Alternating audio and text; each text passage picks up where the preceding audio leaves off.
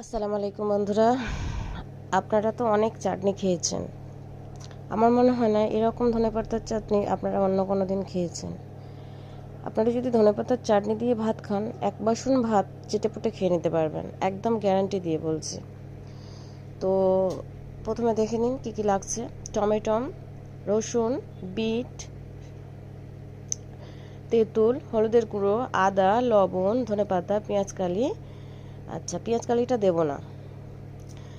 আর আমি দিচ্ছি অল্প একটু গুড় এবং চিনি, স্বাদ মতো চিনি। বিট লবণও দেবো, একটু অল্প লবণে দেবো।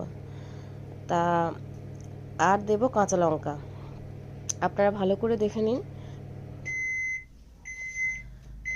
আমি কি কি দিচ্ছি একের পর এক। এবার একটু দেখুন, টমেটো দিলাম।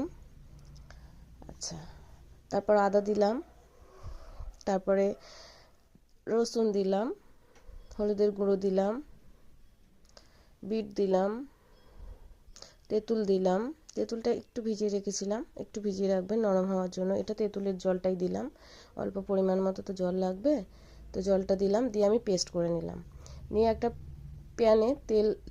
প্যানটা গরম করে তেল দিলাম, সর্ষের তেল দিলাম। সর্ষের তেল দিয়ে একটু গরম করে নিলাম।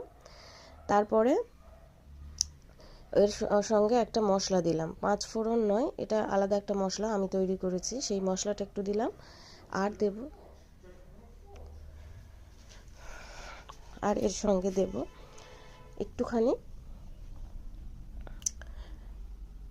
চিনি অ্যাড করব, সেটা পরে। তবে এখন সেই যে পেস্টটা করেছি, সেই পেস্টটা আমি ভালো করে ছেঁকনি দিয়ে ছেঁকে নিলাম। তো এভাবে ছেঁকে নেবেন, না হলে খেতে ভালো লাগবে না, গালে পড়বে, বাজে লাগবে।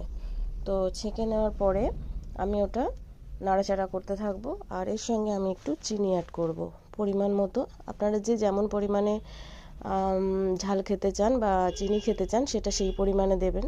তার কারণ হচ্ছে অনেকে ঝাল পছন্দ করেন, অনেকে আবার করেন না। টক ঝাল মিষ্টিটাই বেশি ভালো লাগে। তো পরিমাণ মতো ঝাল আর একটু লবণ দেবেন। আর একটা কথা, এটা জোরে দেওয়া যাবে না, একটু আস্তে করে দেবেন। দিয়ে নাড়াচাড়া করতে করতে যখন শুকনো হয়ে আসবে, তখন নামিয়ে ফেলবেন, গরম ভাতে পরিবেশন করবেন। ভিডিওটি ভালো লাগলে লাইক, কমেন্ট, শেয়ার করবেন। আর এরকম চাটনি কত খেয়েছেন বা কতবার খেয়েছেন, একবার অন্তত কমেন্ট করে জানাবেন। অবশ্যই অবশ্যই একবার হলেও বাড়িতে টেস্ট করে খাবেন। এই শীতকালে ধনেপাতার চাটনি দিয়ে ভাত, বা উফ, সত্যি অসাধারণ। আপনারা শুধু একবার খেয়ে দেখবেন, তারপরে কমেন্ট করে বলবেন।